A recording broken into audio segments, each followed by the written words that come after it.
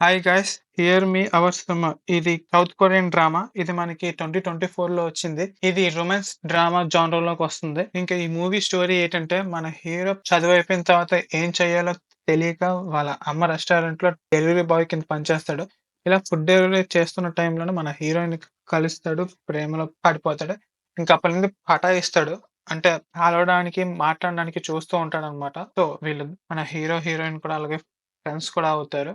కానీ హీరోయిన్‌కున్న ప్రాబ్లమ్ వల్ల heroine accept చేయదు. సో, ఈ స్టోరీ వీళ్ళిద్దరూ ఎలా కలుసుకున్నారు? లాస్ట్‌కి హీరోయిన్ యాక్సెప్ట్ చేస్తదా లేదా? హీరో ఎలా యాక్సెప్ట్ చేపిస్తారనేది ఈ స్టోరీ. ఇక ఈ సినిమా నాకెలాగా అనిపించిందంటే, ఇది చాలా ఫ్రెష్‌గా, నేచురల్ వేగా అనిపిస్తూ ఉంటది. అంటే మీ పక్కన ఫ్రెండ్ లవ్ స్టోరీ ఎలాగుంటదో అలా నేచురల్‌గా ఎళ్ళిపోతూ ఉంటదనమాట.